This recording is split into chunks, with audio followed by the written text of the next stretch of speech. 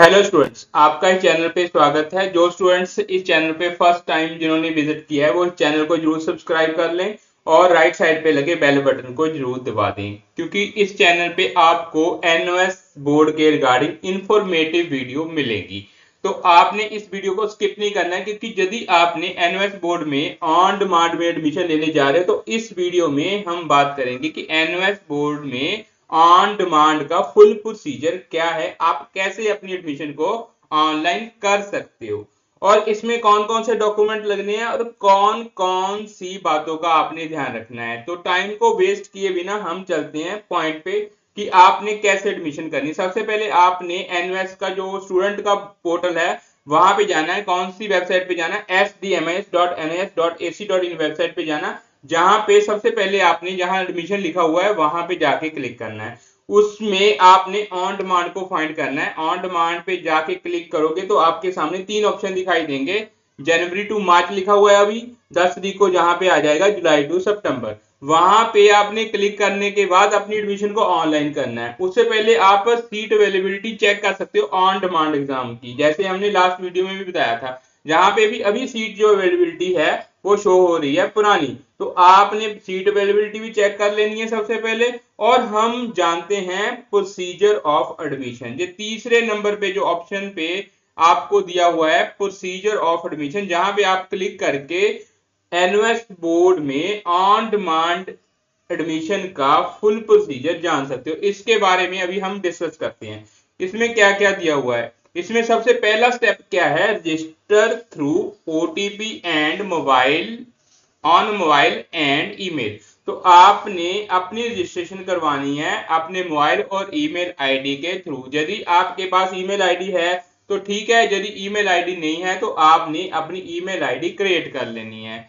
तो उसके बाद आप यदि वहां पे अपना मोबाइल नंबर और ईमेल आईडी फिल करोगे तो वहां पे क्या आएगा? ओटीपी आएगा। ओटीपी आने के बाद आपने वो ओटीपी वहां पे सबमिट कर देना है, तो आपका जो मोबाइल नंबर है और ईमेल आईडी है वो क्या हो जाएगा? वेरीफाई हो जाएगा। सेकंड स्टेप क्या है?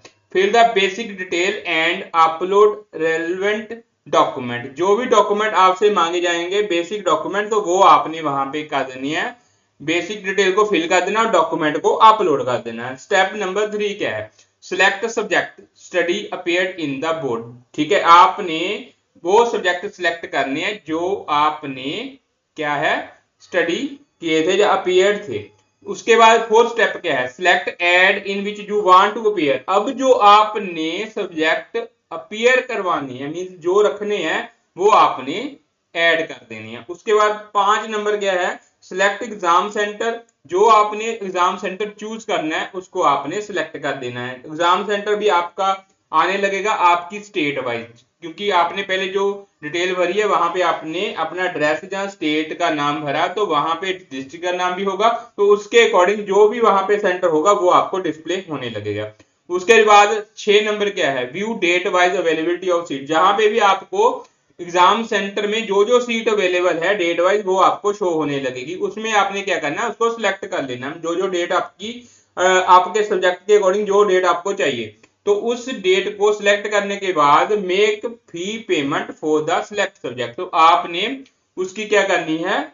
पेमेंट करनी है। तो पेमेंट करने के बाद क्या होगा? Select date of the exam for the available calendar.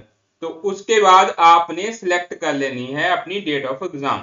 उसके बाद seat will be allotted as per availability. तो आपको सीट अवेलेबल जो है अलॉट हो जाएगी, जो भी सीट वहां पे होगी। उसके बाद 10 नंबर क्या है? If the desired date of the exam is not available. मान लो कि वहां पे एग्जाम की डेट अवेलेबल नहीं है जो आपको चाहिए, तो आपने कोई और डेट जो है चूज कर लेनी है। उसके बाद 12 नंबर है इफ स्टिल डेट और नॉट अवेलेबल। यदि आपको कोई भी डेट नहीं मिल रही तो आपने आगे पीछे कैलेंडर को चेंज करके अपनी डेट को सिलेक्ट कर लेना, ट्राई कर लेना। क्योंकि सीट की अवेलेबिलिटी मैंने चेक करने के लिए इसलिए बोला क्योंकि डेट्स जो हैं वो लिमिटेड सीट होती हैं। लिमिटेड सीट में क्या होगा कि यदि आपने फॉर्म इन टाइम में नहीं भरा तो आप लेट भी हो सकते हो, तो जो सीट है वो फुल भी हो सकती है। तो इस बात का जरूर ध्यान रखें। ठीक है, उसके बाद नोट भी लिखा हुआ है date can be booked from the dashboard later soon. तो वहां पे आपको दिखाई देगा कहाँ पे, जैसे मैंने सीट चेक अवेलेबिलिटी आपको बताया था कि आप सीट की अवेलेबिलिटी कैसे चेक करते हो, वहां पे आपको दिखाई देता रहेगा। उसके बाद एक और है, ऊपर सबसे ऊपर टॉप पे लिखा हुआ है, ये जो रजिस्ट्रेशन प्रोसेस है ये बहुत पुराना इन्होंने शेड्यूल बनाया हुआ है। उसके बाद लिखा step 2 and 3 will be skipped for existing NOS learner. जो एनओएस के एग्जिस्टिंग लर्नर है उनके लिए 2 या 3 नंबर जो स्टेप है उनको स्किप करना होगा, क्योंकि उन्होंने पहले अपनी एडमिशन करवा रखी है, उनको ये जो स्टेप है वो नहीं करने पड़ेंगे। उसके बाद after the date are successful book, जब आपने अपनी एडमिशन को कर लिया, जहां अपना एग्जाम फॉर्म फिल कर दिया, पेमेंट कर दी, तो उसके बाद आपने क्या करना होगा, उसके बाद आपने लॉगिन करना है डैशबोर्ड पे और अपनी एडमिशन को कंफर्म होने की वेट करनी है। जब आपकी एडमिशन कंफर्म हो जाएगी उसके बाद क्या करना है, आपने download your identity card and hall ticket from the dashboard. तो आपने वहां पे अपना जो आइडेंटिटी कार्ड है और हॉल टिकट है वो डैशबोर्ड से अपने स्टूडेंट लॉगिन में जाके उसको डाउनलोड कर लेना है। उसके बाद जब आपका एग्जाम होगा तो आपने कांटेक्ट करना है, contact the exam centre for the practical exam. तो बाद में आपने क्या करना है, कांटेक्ट करना अपने एग्जाम सेंटर में अपना एग्जाम देने के लिए। वहां पे आपका थ्योरी का एग्जाम भी होगा और प्रैक्टिकल का एग्जाम भी होगा। वो आपने कंफर्मेशन कहाँ पे जाके करनी है, अपने एग्जाम सेंटर में। तो ये था फुल प्रोसीजर कि आपने अपनी एडमिशन को कैसे ऑनलाइन करना है। तो यहाँ पे डॉक्यूमेंट कौन कौन से लगेंगे, मैं ये बात आपको क्लियर कर देता हूँ। जो डॉक्यूमेंट है ऑन डिमांड में लगने हैं। सबसे पहले जो भी आपने क्लास में एग्जाम देना, चाहे 10th था चाहे 12th था, तो वो उस क्लास का आपका रिजल्ट लगेगा, यदि आपके पास डीएमसी है, फेल या कंपार्टमेंट वाला या पास वाला वो लगेगा। उसके बाद आपका जो रोल नंबर स्लिप है, यदि आप फेल हो तो वो भी लग सकती है साथ में। उसके बाद यदि आपकी 12th क्लास है तो 10th का जो सर्टिफिकेट है उसका भी वो लगेगा। उसके बाद आपका Aadhaar card, UID card, front side और बैक साइड, आपकी फोटो, आपके सिग्नेचर, ये डॉक्यूमेंट आपको रिक्वायर्ड होंगे, जो अर्जेंट रिक्वायर्ड है। इसके अलावा और बहुत सारे डॉक्यूमेंट होते हैं। यदि आपके पास जन्म सर्टिफिकेट है वो भी आप अपलोड कर सकते हो, रेजिडेंस सर्टिफिकेट है वो भी अपलोड कर सकते हो, ठीक है ना। ऐसे वो डॉक्यूमेंट होते हैं, पर जो मेन डॉक्यूमेंट है मैंने आपको बता दिए हैं। यदि आपने जो सब्जेक्ट पहले रखे हुए थे अब सब्जेक्ट चेंज करना चाहते हैं तो वो भी कर सकते हैं। तो जब आप सब्जेक्ट ऐड करोगे, अपने एग्जाम वाले सब्जेक्ट ऐड करोगे, तब आप सब्जेक्ट को चेंज कर सकते हैं। तो आपकी जो फीस है वो कितनी लगेगी, फीस के बारे में मैं आपको बता दूं कि जो आपकी फीस है वो आपके चेंज ऑफ सब्जेक्ट पे डिपेंड करता है। यदि आपने मैक्सिमम सब्जेक्ट चेंज करने हैं, मान लो पहले आपने नॉन मेडिकल रखा हुआ था, अब आपने आर्ट्स रखनी है, तो आपने 3 सब्जेक्ट तो चेंज करने होंगे कम से कम। तो 3 सब्जेक्ट, एक सब्जेक्ट चेंज करने की फीस 720 रुपए है, तो उसको आप मल्टीप्लाई कर लो, ठीक है। बाकी एग्जाम फीस जो है अलग लगेगी। इसमें जो ऑन डिमांड होता है उसमें एग्जाम फीस भी है, आपको मैंने लास्ट वीडियो में बताया था, वो 600 पर सब्जेक्ट जो थ्योरी का है उसकी लगती है और 250 जो है प्रैक्टिकल की लगती है। तो ऐसे मिला के आपकी जो फीस है वो नियर अबाउट 7 या 8 हजार बन जाएगी, जो बोर्ड की फीस है, उससे कम फीस नहीं बनती है, ठीक है।